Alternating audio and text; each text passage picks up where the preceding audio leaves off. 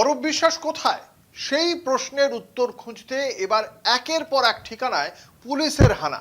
শাহপুর কলোনির ফ্ল্যাটে পৌঁছে স্বরূপ বিশ্বাসকে নিয়ে চলে দীর্ঘ তল্লাশি।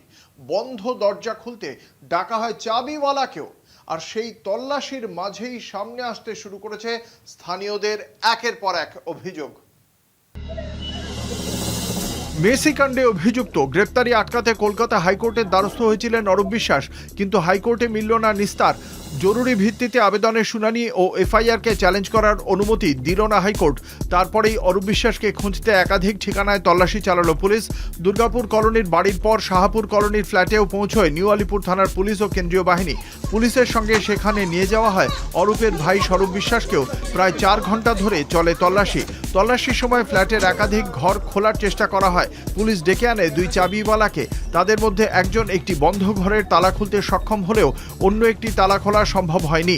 আমাদের ডেকেছিল, একটা দরজা লক ছিল, সেই দরজাটা খোলার কথা বলেছে পুলিশ থেকে, আমরা দরজাটা খুলে দিয়েছি। আর বেশি আমরা কিছু জানি না। এমনি ঘরের দরজা না লকার? ঘরের দরজা। তল্লাশি শেষে স্বরূপকে নিয়ে সেখান থেকে বেরিয়ে যায় পুলিশ। অন্যদিকে এলাকায় স্থানীয়দের মুখে উঠে এসেছে বিশ্বাস পরিবারের বিরুদ্ধে একাধিক অভিযোগ।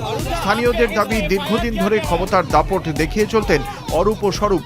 দুই ভাইজন আমার শুধু একা না, আমাদের পাড়ার সবাইকে করতে হয়েছে। আমরা তো পাশাপাশি থাকি, আমাদের সবাইকে যারা পাশাপাশি থাকে তাদেরকে আরো বেশি।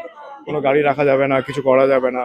এখান দিয়ে কারোকে যদি অ্যাম্বুলেন্সে করে নিয়ে যাবে, সেই অ্যাম্বুলেন্স দাঁড় করাতে দেবে না। বাড়িতে এসি বসানো বা বিভিন্ন কাজের জন্য টাকা দাবি করা হতো। বাড়ির কাজ করো, সেটার জন্য টাকা চেয়েছে। তো আমরা দেইনি, সেটা আলাদা কথা। দেবো কেন দেবো? নিজের ঘরে কাজ করানো, সেটা আমরা কেন টাকা দেবো? বাট ওই আর কি, সবার কাছেই এরকম।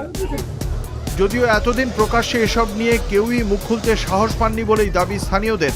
স্বরূপ বিশ্বাসের স্ত্রী তথা কাউন্সিলর জুই বিশ্বাসকেও কাঠগড়ায় তুলেছেন কয়েকজন বাসিন্দা। তাদের অভিযোগ, সাধারণ মানুষের সমস্যার সময় সাহায্য মেলেনি। কলকাতা টিভি।